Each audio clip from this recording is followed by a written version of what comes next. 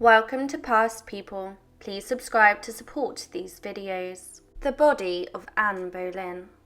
Anne Boleyn is remembered today as the woman who lost her life at the command of her husband, King Henry VIII.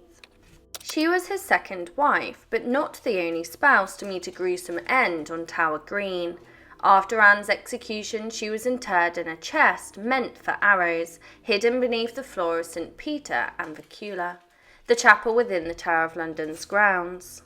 It wasn't until the chapel underwent renovations during the Victorian era and the graves were unearthed that the grim secrets of the past were revealed. Join us today as we explore the tragic aftermath of Anne Boleyn's life, and please support our channel by subscribing. Anne Boleyn's fall from grace came swiftly as she met her end at the edge of a French sword in a carefully orchestrated downfall by the infamous Thomas Cromwell.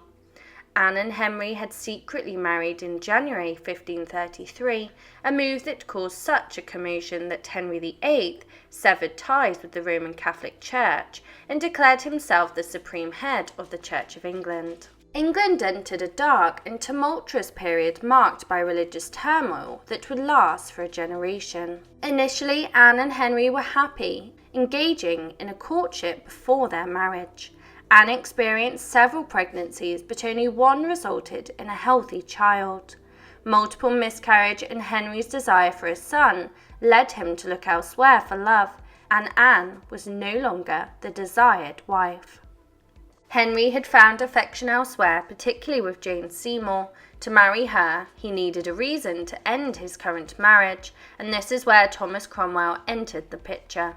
There was no love lost between Anne and Thomas, and he made it his mission to ruin the Queen.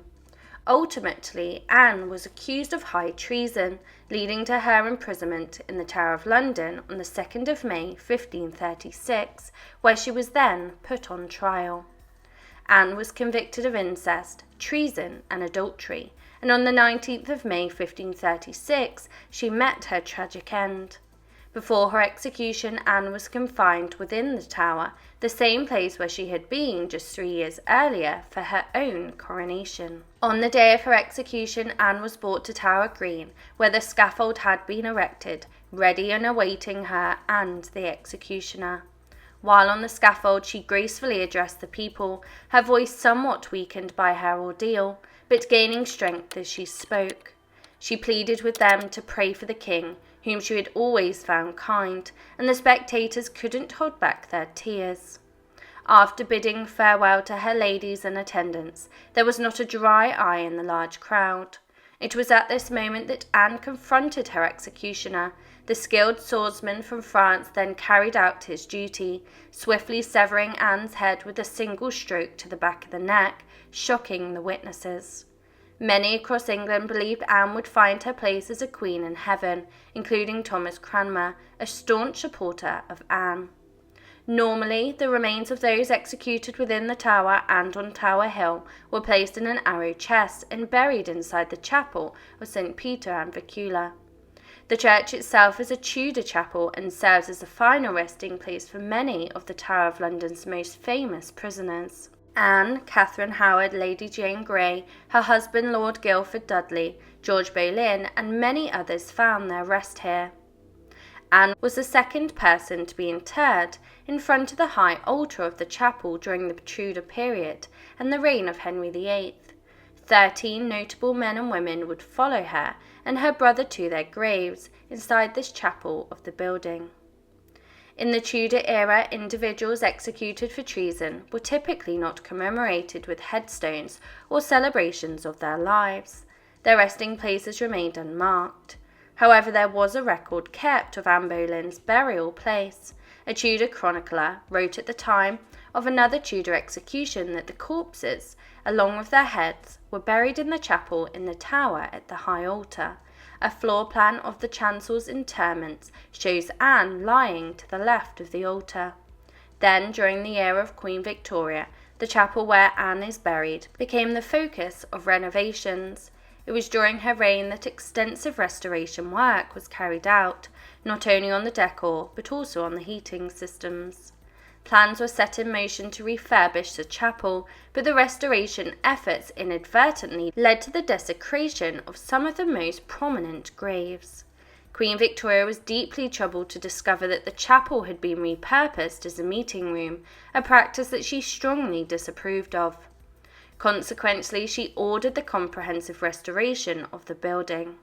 A multitude of enhancements were made to the modest church, as Queen Victoria believed that the place was neither suitable nor appropriate for the burial of royalty and other high-ranking individuals.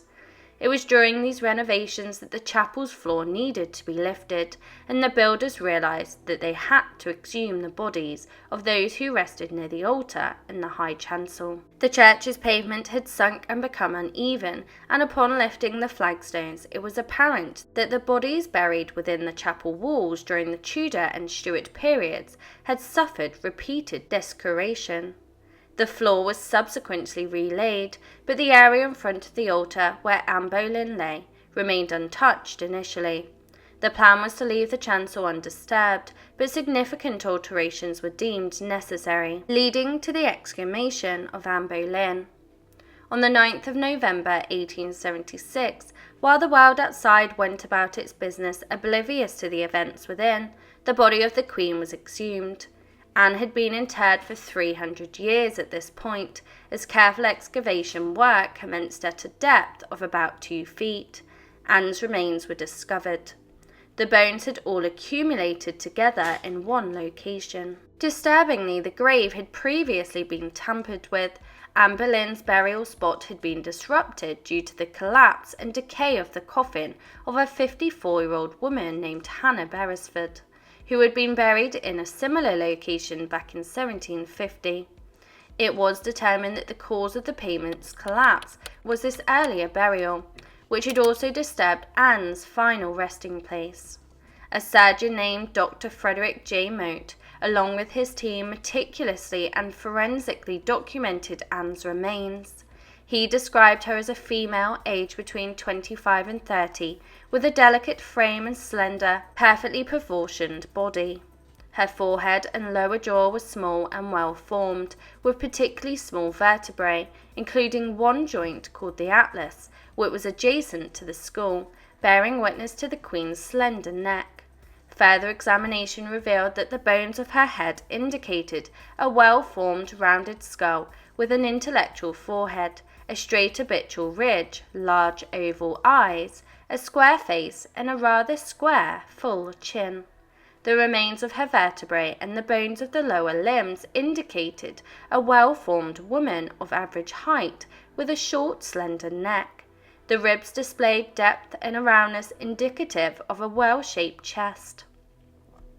The bones of the hands and feet suggested delicate and well-shaped extremities with slender fingers and narrow feet. All the individuals involved in Anne's exhumation were certain that it was the remains of a female.